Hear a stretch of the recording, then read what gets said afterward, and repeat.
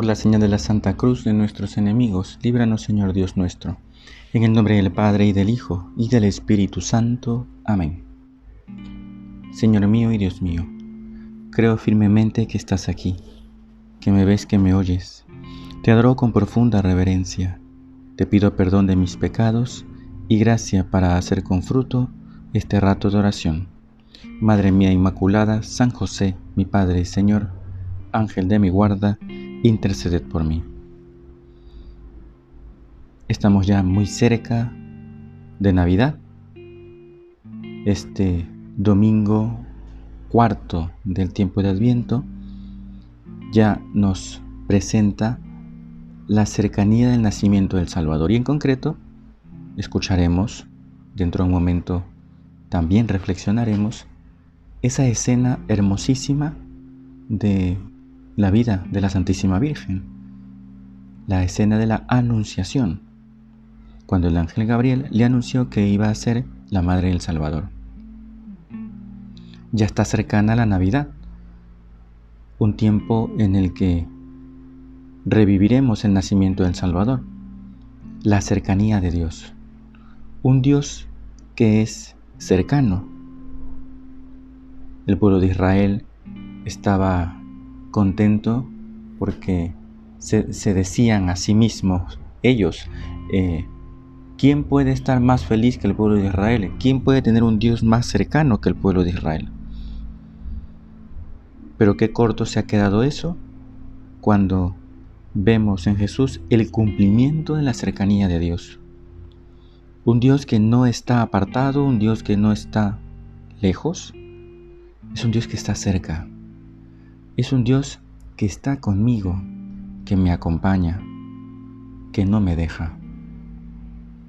Un Dios al que, invocándole, le puedo tener al lado. Un Dios al que, cuando le hablo, cuando me dirijo hacia Él, está conmigo. Eso es grande, maravilloso, porque cuando vamos a la oración, y a eso hemos venido en este momento de reflexión, en esta meditación, cuando vamos a la oración vamos a encontrarnos con un Dios que está cercano. A veces podemos pensar, como dice San José María, que Dios está allá en las estrellas, pero no, Dios está cerca. Dios está contigo y conmigo. Sabemos que esa presencia de Dios no es solo un recurso psicológico que utilizamos para no olvidarnos de alguien. No es solo un sentimiento o una especie de experiencia que siente el alma y que en realidad no está al lado la persona, sino que la sentimos cerca. No, eso no es la presencia de Dios. Dios está de verdad conmigo. Y cuando mi alma está en gracia, Dios está en mí. Dios habita en mí. Lo expulsamos, es verdad, con el pecado, pero Dios está en mí. Cuando me esfuerzo por vivir cristianamente, cuando intento hacer las cosas según la voluntad de Dios. Y por eso cuando vamos a la oración, vamos a ponernos en presencia de Dios. ¿Cuántas veces hemos ido tú y yo a hacer un ratito de oración? Poco más, poco menos. Depende de cada persona. Hay unos que dedican 10, 15, media hora. Y a veces no sabemos qué decir. Y me recuerda ese punto de camino, el número 90.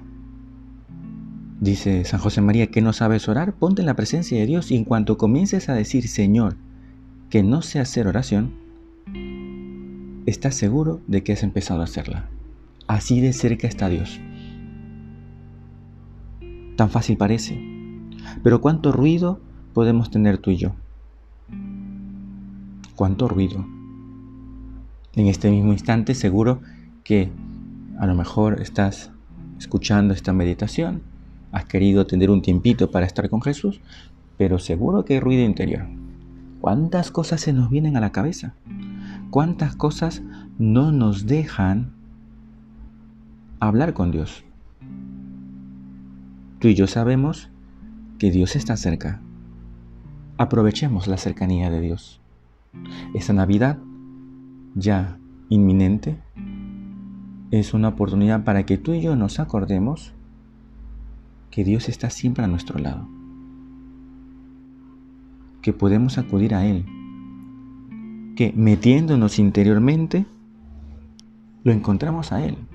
Yo que te buscaba lejos, dice San Agustín, y estabas dentro de mí.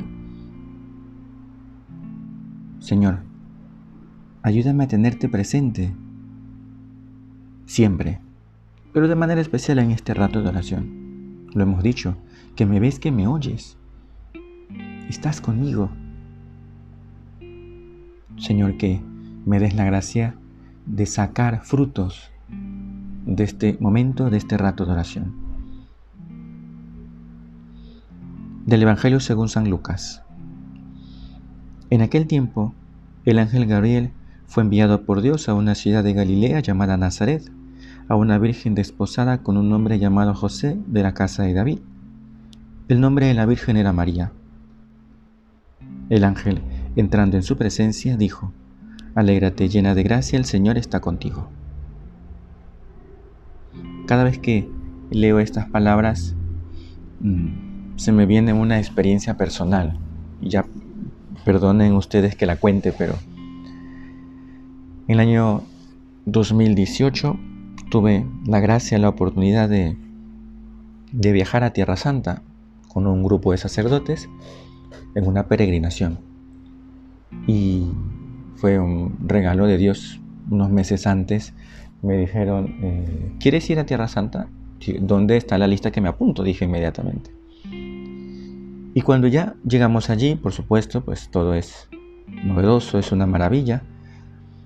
La guía que nos acompañó gran parte del tiempo nos dijo lo siguiente: verán, no se esfuercen por sacarle provecho espiritual a cada uno de los lugares que visiten. Ustedes mismos se darán cuenta que en un momento habrá un sitio de los tantos que tiene Tierra Santa que les llegará al corazón, les tocará el alma. Bueno, ese fue el consejo que nos dio al principio. Y pues esa experiencia del lugar que toca tu corazón me pasó el segundo día. Estuvimos de visita en Nazaret. Nos tocó celebrar la Eucaristía. Presidió un obispo que nos acompañaba y el resto concelebramos. Y estábamos allí en Nazaret. Bueno, se había organizado la Eucaristía y no se habían distribuido quienes iban a hacer las lecturas. Entonces yo sí me daba cuenta que el que hacía más o menos de maestro de ceremonia, pues cuando llegó la primera lectura le echó la mirada a uno y le dijo: oye, así como hablando con la mirada, tú la primera. Ahí se levantó y hizo la primera. Va al segundo, le echa el ojo al otro y le dice: tú el salmo. Bueno, se levantó y hizo el salmo. Y la tercera mirada fue para mí. Y así fue. El que me mira me dice: tú el Evangelio. Bueno, me levanto y hago el Evangelio. Y justo ahí en Nazaret tocó leer este Evangelio, el que acabamos de escuchar. Y el texto estaba ligeramente cambiado. Yo no sé si eso sea litúrgico o no, pero estaba ligeramente cambiado. Porque empecé a leer pues lo mismo, ¿no? En aquel tiempo, y voy a leerlo con las variantes de ese día. En aquel tiempo, el ángel Gabriel fue enviado por Dios a esta ciudad de Galilea llamada Nazaret, a una virgen desposada con un hombre llamado José de la casa de David. El nombre de la virgen era María. Cuando yo leí eso, porque claro, no dice a una ciudad de Galilea llamada Nazaret, sino que el texto cambiado era: fue enviado por Dios a esta ciudad llamada Nazaret. La impresión que tuve cuando leí el Evangelio fue maravilloso, porque era decir, es que es verdad, a esta ciudad. A mí se me pusieron los pelos de punta. La verdad es que no soy de muchas emociones, pero ese día la emoción fue bastante particular. A esta ciudad, aquí, en esta tierra, Dios se hizo hombre. La encarnación, que es lo que en el fondo estamos leyendo en el Evangelio de este día, a esta ciudad, a una virgen de esta ciudad, aquí en este pequeño pueblo de Nazaret, un poco olvidado, allí fue el ángel Gabriel, se acercó a la Virgen, se puso en su presencia, entrando en su presencia, dice, le dijo: alégrate, llena de gracia, el Señor está contigo. Allí, la cercanía de Dios, que ha querido hacerse hombre, que ha querido pisar nuestra tierra. Y esto alguna vez lo leí, que una vez que Dios se ha hecho hombre y ha pisado este mundo, toda tierra es santa. Esto es en sentido amplio de la expresión, ya sabemos que Tierra Santa es una zona en concreto, pero Dios se ha hecho hombre. Eso es lo que nos recuerda este Evangelio de hoy. Se ha hecho hombre. Allí, el ángel le anuncia en su presencia a la Virgen ese saludo que tú y yo hemos rezado tantas veces. Alégrate, llena de gracia. Dios te salve María, llena eres de gracia, el Señor está contigo. Ave María, gratia plena, Dominus tecum. ¿Cuántas veces este saludo ha resonado por cerca de 2000 años?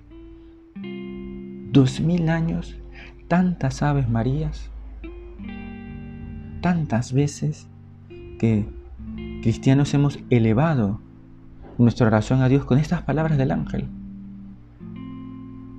Palabras que contienen el mejor piropo que se le puede dar a nuestra madre, la llena de gracia, la que tiene a Dios en su corazón, la que está llena de Dios. Qué maravilla saber que Dios es así de bueno,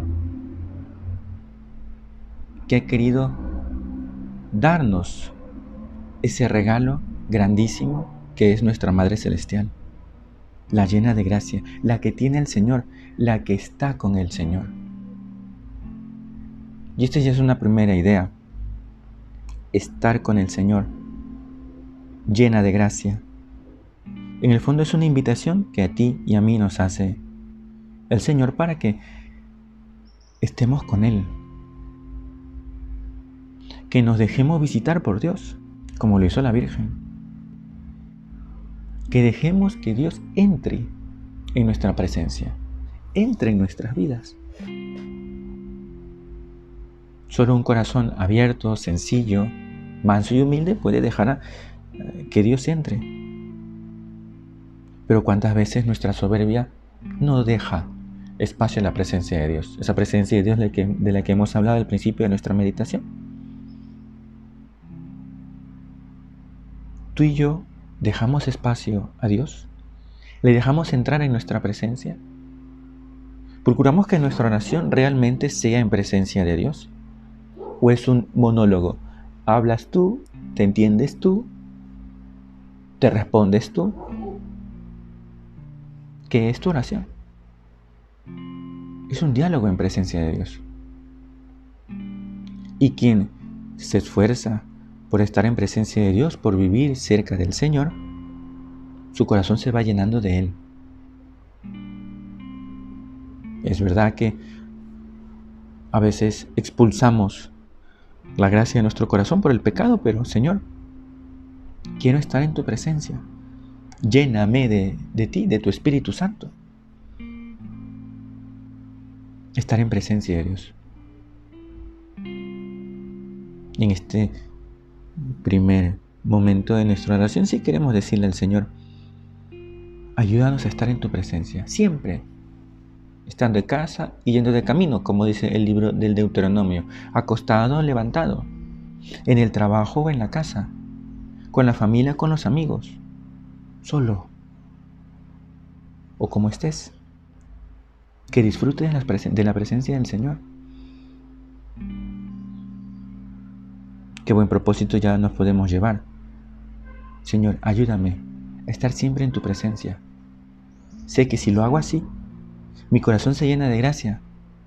Mi conducta, por supuesto, mejorará muchísimo, porque quien se sabe en presencia de Dios hace cosas buenas, porque Dios está con él.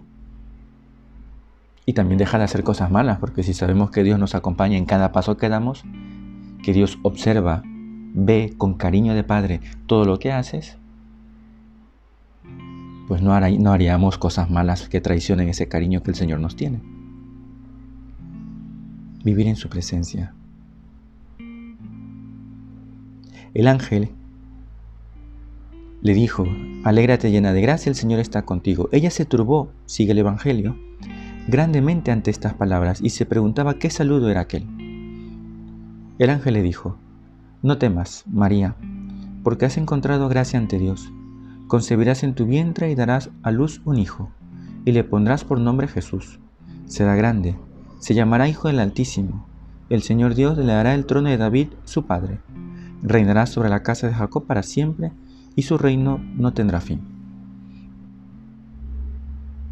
Aquí el ángel Gabriel está anunciando, está diciendo que se va a cumplir todo aquello que se había prometido.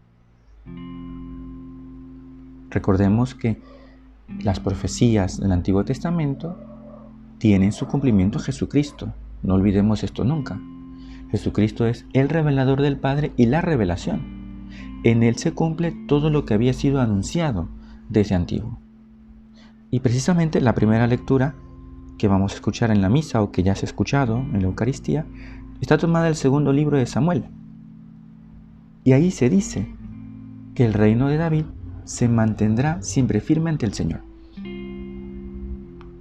¿Y esto por qué se da esta profecía? ¿En qué circunstancias? Bueno, el rey David en algún momento ya se asentó en su casa y pues le dijo a Natán, una vez que ya estaba un poco ya más tranquilo de tantas batallas, le dice a Natán: oye, mira, yo habito en una casa de cedro mientras Dios, el arca de Dios, habita en una tienda ahí de campaña. Entonces el Señor, o al menos David, siente que el Señor le inspira a que construya una casa a Dios. Y por eso Natán le confirma, dice: sí, pues ve y haz lo que desea tu corazón. Pero esa misma noche el Señor le dice a Natán: mira, no, que no haga eso. Ve y habla con mi siervo David, así dice el Señor. ¿Tú me vas a construir una casa para morada mía? O sea, tú, David, ¿vas a construirme a mí una casa? Yo que he hecho más grandes cosas en tu vida. Yo que he hecho maravillas, y ahí las vine contando, ¿no? Yo te tomé del pastizal para que ya dejaras de andar detrás del rebaño y al contrario te convertirás en jefe de mi pueblo. He estado a tu lado siempre. Y ahí lo dice. Pues bien, el Señor, después de contar pues las maravillas que el Señor había hecho en la vida de David, pues bien, el Señor te anuncia, dice el Señor a través de Natán, que te va a edificar una casa. Cuando se cumplan tus días y reposes con tus padres, yo suscitaré descendencia tuya después de ti. Tu casa y tu reino, me saltó unas líneas, se mantendrán siempre firmes ante mí. Tu trono durará para siempre. Esa casa, esa generación, es la que se cumple con Jesús, el hijo de David, el rey. Y su reino, lo hemos recordado en el mes de noviembre y al principio del Adviento, su reino no tendrá fin. Si David quiso edificar una casa que sostuviera o mantuviera la presencia de Dios, Dios hizo algo mejor. Bajó Él mismo. Y el mundo se convirtió en la casa de Dios. Esta tierra se convirtió en la morada de Dios. Porque Dios asumió la naturaleza humana. Se hizo igual a nosotros. pisó esta misma tierra. Por eso sabemos muy bien que la presencia de Dios, la cercanía de Dios es real. No es algo, metafórico, accidental, meramente representativo, ¿no? Dios es real, se ha hecho hombre, esa promesa se ha cumplido. Y por eso las palabras del ángel son clarísimas. Le dice a la Virgen, no tengas miedo, no temas, palabras que aparecen muchísimas veces en la Escritura, más de 300 veces. Una llamada a ti y a mí a que no tengas miedo ante los planes de Dios. Y se cumple entonces esa profecía. Se llama Hijo del Altísimo, le dará el trono de David su padre y reinará para siempre. Para siempre. Un Dios que reina siempre. Un Dios al que no se le escapa nada. Un Dios cuya providencia está siempre presente en tu vida. Es un Dios que no está lejos. No es un Dios, como decían los deístas ilustrados, allá, lejano, que hizo este mundo y se fue. Y nos dejó allí a la buena de Dios. Y ni tan buena para ellos, así dicen. Pero no, Dios está cerca. Su providencia nos acompaña. Su reinado será para siempre. Y sigue el texto. María le dijo al ángel, ¿cómo será eso, pues no conozco varón? El ángel le contestó, el Espíritu Santo vendrá sobre ti, y el poder del Altísimo te cubrirá con su sombra. Por eso, el santo que va a nacer será llamado Hijo de Dios.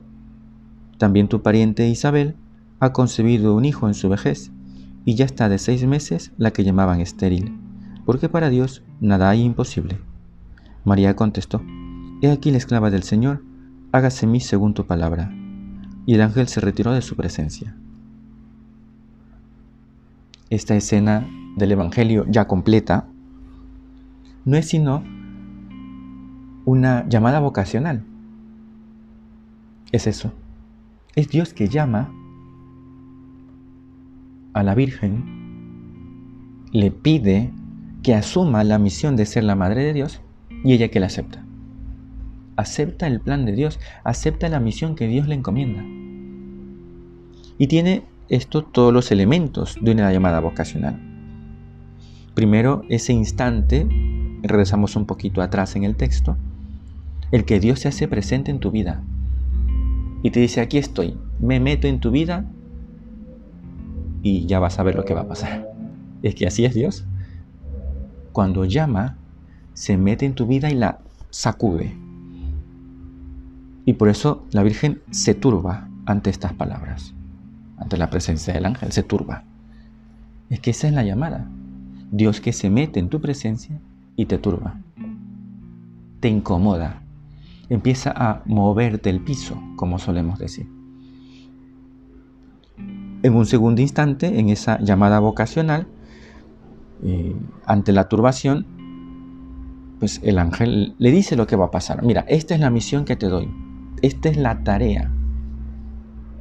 Y fíjate que el texto, se no temas María, se encontrará gracia ante Dios, es toda la parte bonita.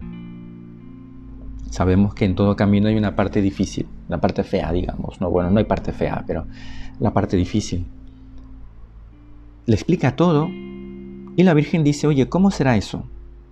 Muy bien, una vez que me dices lo que va a pasar, la Virgen pregunta, ¿cómo va a ser? No es una pregunta de desconfianza. Fíjate que la de Zacarías sí es de desconfianza, porque Zacarías dice, ¿y cómo puedo estar seguro? Es muy diferente. No es lo mismo plantarse delante de Dios y decir, mira, no estoy seguro de lo que dices, que eso fue lo que hizo Zacarías, a que la Virgen le dice, oye, muy bien, me gusta la idea, pero ¿cómo va a ser eso? Y luego viene la explicación. Primero el qué es y luego el cómo es. El Espíritu Santo vendrá sobre ti, es decir, la fuerza de Dios no te va a faltar.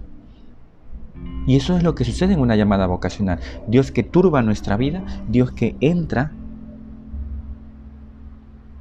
nos sacude, nos mueve el piso, nos dice qué es lo que quiere de nuestra vida y nosotros decimos, oye, pero ¿y cómo es esto? ¿Qué va a pasar? ¿Cómo va a suceder? ¿No me van a faltar las fuerzas? No, porque el Espíritu Santo vendrá sobre ti. Te cubrirá con su sombra. Te acompañará en el camino que emprendas. Y una vez que está conocido el qué es, el cómo va a hacer esto, la respuesta de María. He aquí la esclava del Señor, hágase en mí según tu palabra. Son las palabras que cuántas veces hemos rezado a diario cuando hacemos el Ángelus. Hágase en mí según tu palabra. Cúmplase en mí lo que tú digas. Que se lleve a cabo lo que tú quieras. Y fíjate que está la parte, como decíamos, la parte bonita de la historia. Luego ya cuando acepta la misión, más adelante el profeta Simeón le dice, oye, una espada atravesará tu alma. Ella se fía del plan de Dios, se fía del anuncio del ángel.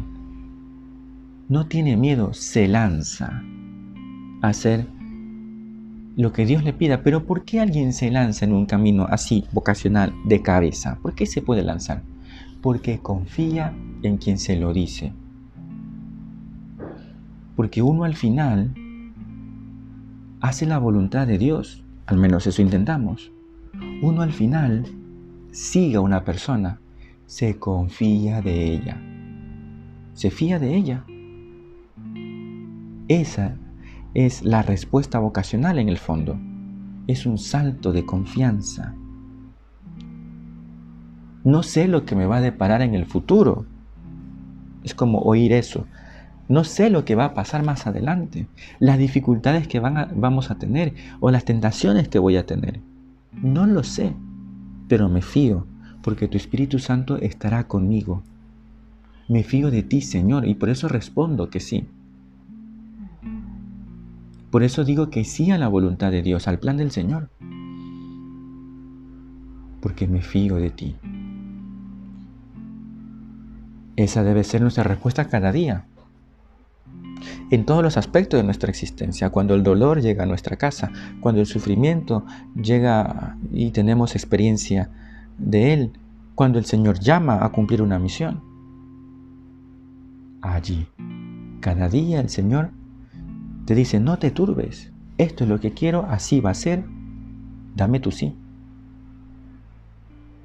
Ya vamos acabando este rato de oración, podríamos seguir tú y yo aquí hablando con el Señor, pero nos queremos quedar con esta última idea que puede ser un acicate, quizás para ti en estos momentos donde tu corazón está medio turbado y quizás no sabes muy bien qué hacer. Decirle que sí a Dios. Eso es lo que el Señor quiere. Al final la Virgen elige. ¿Podría haber dicho que no? Claro, era libre. Podría haber dicho que no. ¿Y qué hubiera pasado? No lo sé. Pero ha dicho que sí y eso es lo que vemos. Señor, que yo diga que sí a tu voluntad, que sepa elegir tu plan, que no me escape de tus designios, que sepa yo seguir los planes del Señor con alegría, con sinceridad, y cuando vea las dificultades, que me acuerde de la Virgen. Hágase en mí según tu palabra, y cada vez que rece el Ángelus, y cada vez que rece el Ave María, que se haga en mí lo que tú quieras. Señor, no quiero otra cosa que seguirte. Sé que en este camino encontraré dificultades, muchas veces ocasionadas por mí mismo. Pero Señor, quiero ser como ella. Hágase en mí según tu voluntad. Cúmplase en mí tu plan divino. Te doy gracias, Dios mío, por los buenos propósitos, afectos e inspiraciones que me has comunicado en esta meditación. Te pido ayuda para ponerlos por obra. Madre mía Inmaculada, San José, mi Padre y Señor, Ángel de mi guarda, interceded por mí.